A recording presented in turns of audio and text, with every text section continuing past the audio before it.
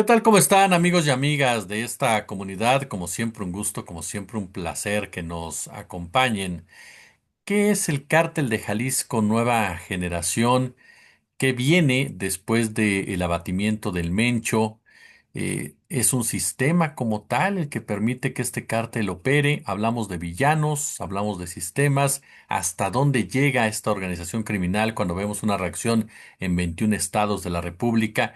¿Cuál es su nivel de violencia? ¿Son mercenarios de la violencia antes que industriales de la droga? ¿Sus intereses? Vamos a platicar a fondo con mi querido Pablo Ferri, quien ya se encuentra con nosotros. Pablo, ¿cómo estás? ¿Qué tal, Jesús? Buenas tardes. Oye, pues comenzaría por ahí con esta pregunta que comienza a discutirse en diferentes foros, creo, Pablo, y que tú eres un hombre que ha recorrido todo lo que tiene que ver con el narcotráfico. Eh, ¿Cuál es el nivel del cártel de Jalisco Nueva Generación? ¿Supera la muerte, en este caso, de su líder máximo? ¿Cuál es ese nivel que tiene el cártel de Jalisco para operar en diferentes regiones de México? Bueno, es un grupo criminal con una aspiración de control territorial evidente, lo hemos visto en los últimos 10, 15 años en el país. Las decenas de bloqueos, más de 250 registrados, sobre todo el domingo, pero también ayer lunes, e incluso hoy en algunas partes de Jalisco y Michoacán todavía se registraban el martes, nos dan una idea de la capacidad de movilización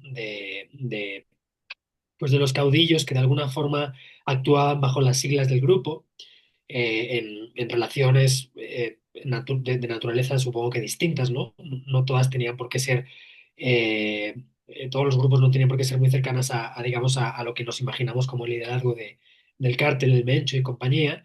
Pero bueno, el hecho es que el operativo para su captura, que acabó en su muerte, eh, pues movilizó a todas las personas que lideraban células asociadas de alguna manera o vinculadas de alguna manera al cártel Jalisco. Y esto nos da eso, una idea del tamaño del grupo, más allá de sus jerarquías, que daría para dos o tres conversaciones más, ¿no?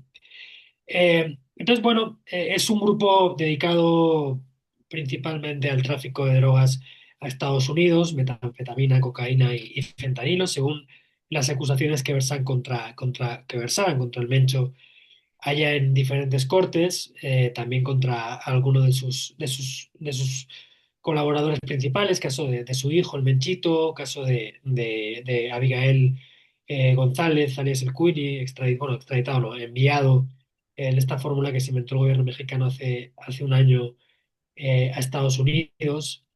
Y luego además que ha incursionado en otro tipo de negocios, en esa zona de grises, entre lo legal y lo ilegal, negocios que les han servido para lavar dinero, evidentemente el mercado inmobiliario es uno de ellos, y luego, bueno, la extorsión o estos esquemas de captación de fondos a partir de la amenaza de la violencia, ¿no? El caso de Tequila, con la detención del alcalde hace un par de semanas y la figura o el papel que él hacía de mediador entre el grupo criminal y los empresarios tequileros en la zona, mediador, para colectar la extorsión, ¿no? Pues habla un poco de los intereses del cártel Jalisco. Y luego, bueno, también, según yo creo que los grupos asociados a las siglas se alejaban, digamos, del núcleo de poder, o sea, la zona donde vivía el Mencho, esta parte serrana de Jalisco, este triángulo yo creo que puede armarse entre Tapalpa, Tequiza, Talpa, esta zona boscosa, no muy lejana a Guadalajara y Puerto Vallarta, pero relativamente aislada en el sentido de las capacidades de las autoridades para poder llegar, pues yo creo que según los grupos, digo, asociados al cártel Jalisco, en algún tipo de relación simbiótica, yo creo que, digamos, no tenían ya tanto que ver con lo que hacían los jefes, ¿no? O sea, el Mencho, su ahijado, su hijastro, perdón, sus colaboradores más antiguos, etcétera.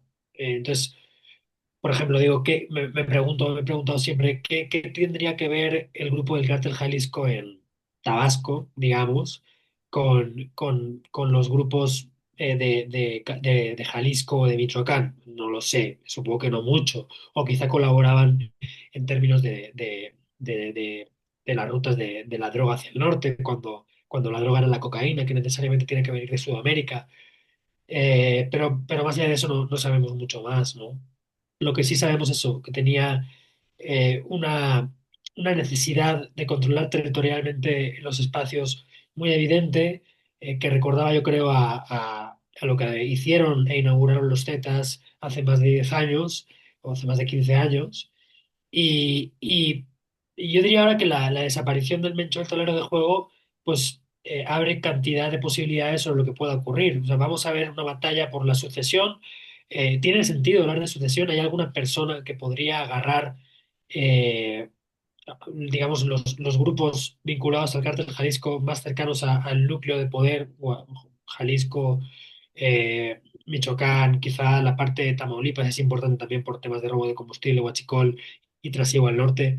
¿O va a ir cada caudillo por su lado a seguir con sus negocios y evitar desgastarse en batallas que, por otro lado, suelen acabar con el debilitamiento en general de las estructuras? No sabemos.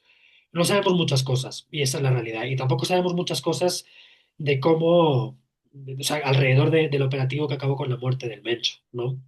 Ayer el lunes nos explicaba el general Trevilla, el secretario de la Defensa, que bueno, que supieron de la posición del Mencho gracias al seguimiento que hicieron a un colaborador de una de sus parejas sentimentales, pero tampoco sabemos cómo obtuvieron esta información, o sea, cómo llegaron a seguir a esta persona. No sabemos qué papel tuvo la inteligencia de Estados Unidos en la localización y posterior operativo para neutralizar al Mencho.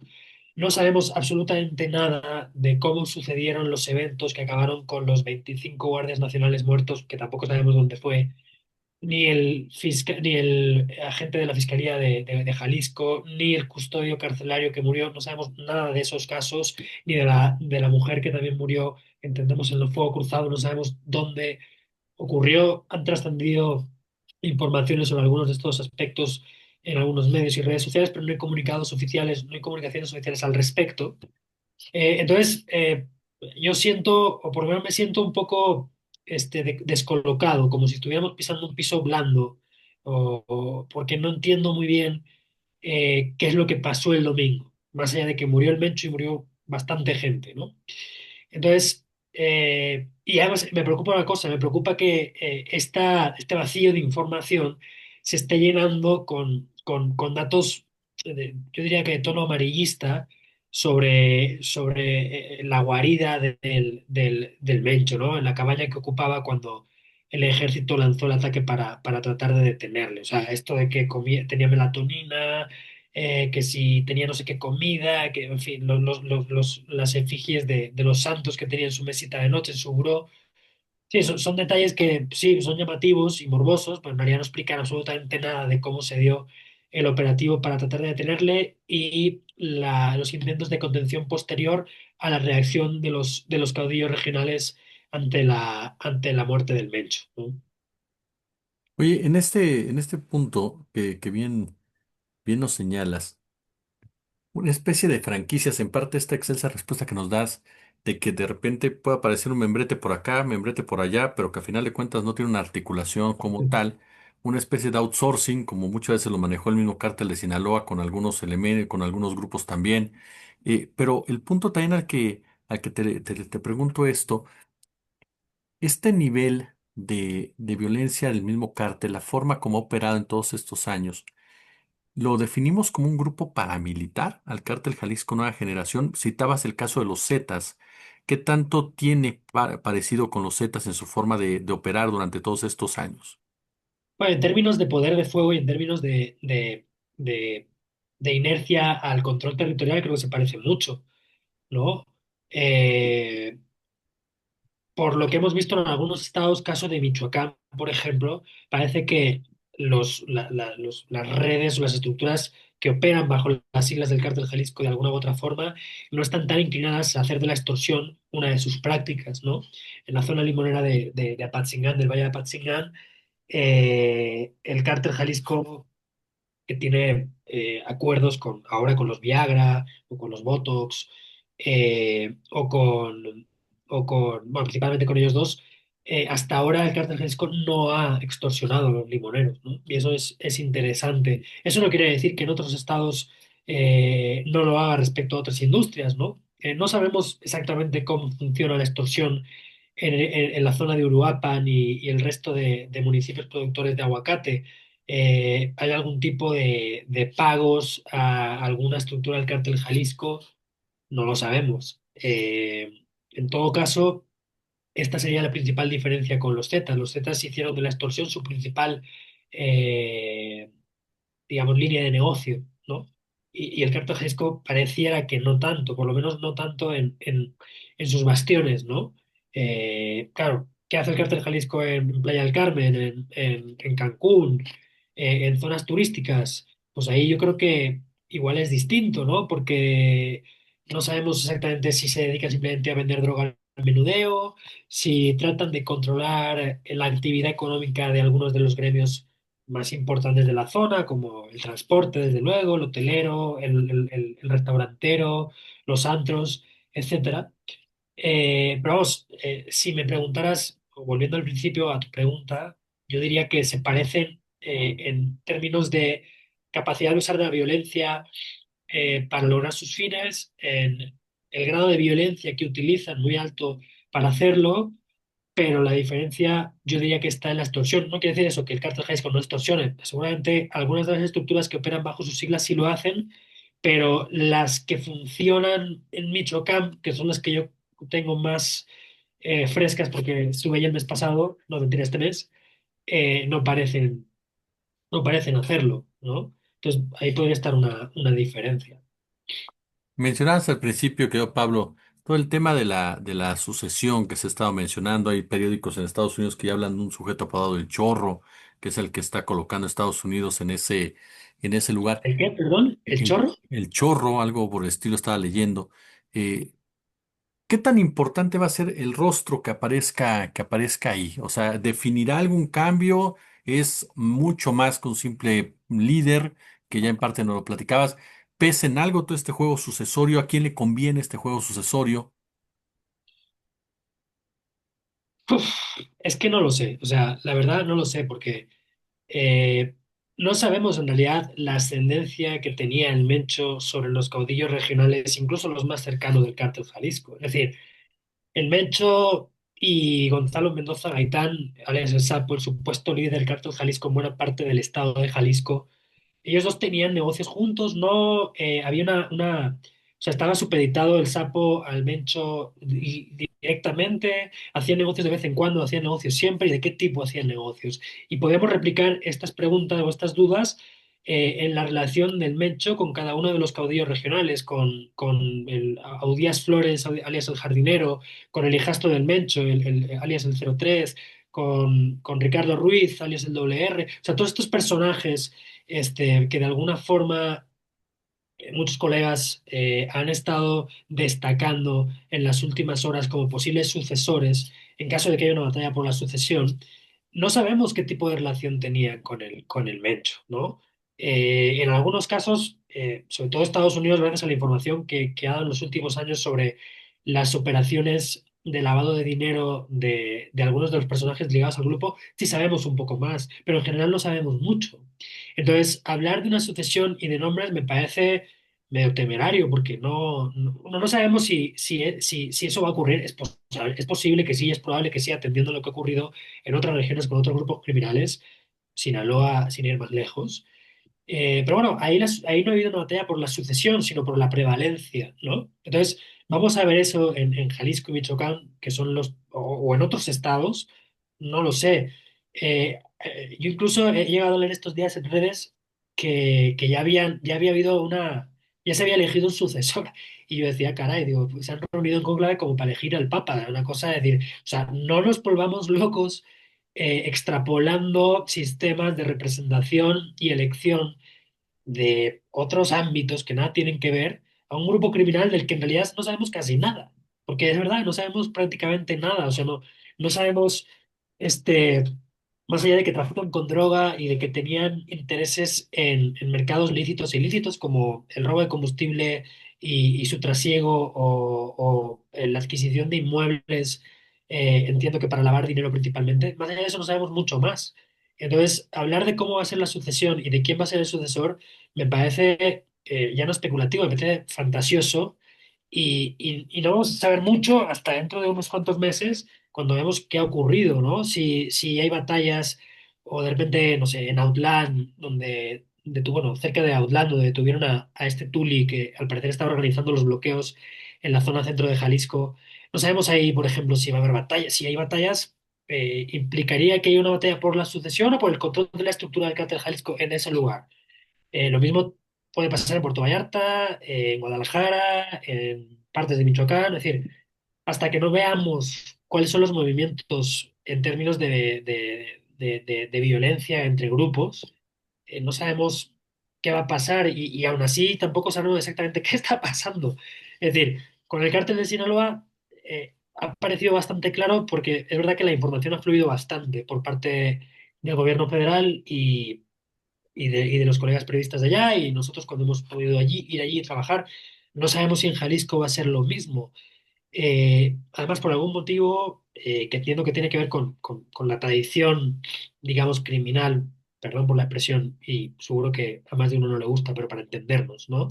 En una lógica didáctica. Digo, la tradición criminal en Sinaloa está mucho más documentada por parte del periodismo y la academia que la de Jalisco y Michoacán, ¿no? Por mucho que sea igual o más rica, más rica en términos pues yo qué sé, el cártel del Milenio, la familia Valencia, de la que viene el Mencho, trabajaba allí desde principios o finales del siglo anterior, ¿no? Y en realidad no sabemos mucho de ello, ¿no? Hay algunos trabajos académicos, Salvador Maldonado en el Colegio de Michoacán, se me ocurre ahora, pero no hay muchos más, ¿no? Entonces, se me hace muy difícil, o no me quiero atrever a decir cómo va a ser una sucesión, si es que esa sucesión existe, o cómo va a ser la batalla si es que esas batallas existen, porque en realidad tenemos muy pocos elementos para valorarlo. ¿Crees que vayan ahora o se puede pensar en que se toquen todas estas redes de protección que se generan políticas, empresariales, militares alrededor de este tipo de grupos, este tipo de personajes? Es que no escuché el principio de la pregunta, Jesús, perdona. No te preocupes. Te preguntaba si tú crees que están en riesgo estas redes de protección a estos grupos criminales de políticos, de militares, de empresarios, o simplemente se queda en la muerte del Mencho.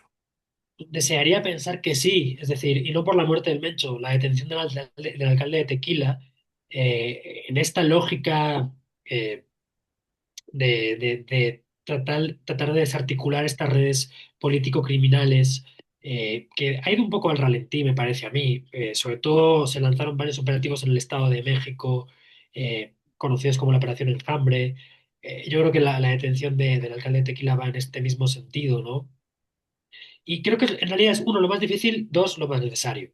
Es decir, la muerte del Mencho, en términos de desarticular redes de connivencia político-criminal, no sé si es tan importante. Creo que era un trofeo simbólico que a Estados Unidos y a México, bueno, pues les apetecía tener. No sé si va a redundar en que de repente la política jalisciense deje de estar supeditada al intento de control o al mismo control de su grupo o de los grupos que actúan bajo las siglas del Cártel Jalisco, ¿no? Sería fantástico que eso ocurriera, ¿no? Pero no creo que tenga nada que ver una cosa con la otra. Eh, pero si tú me dices, oye, pues esto de alguna forma es el prolegómeno de uno o varios operativos para desarticular eso, las redes de connivencia en todos los municipios de la región Valles, de la zona del litoral, en la zona fría de Michoacán, donde se cultiva aguacate, en la zona limonera también. Yo qué sé, sería genial, pero no me parece que una cosa vaya a redundar en la otra. Y en realidad yo creo que lo urgente es esto último, ¿no? Mi querido Pablo Ferri, yo como siempre te agradezco mucho estos minutos para nuestra comunidad. Nada, un abrazo y gracias a ustedes.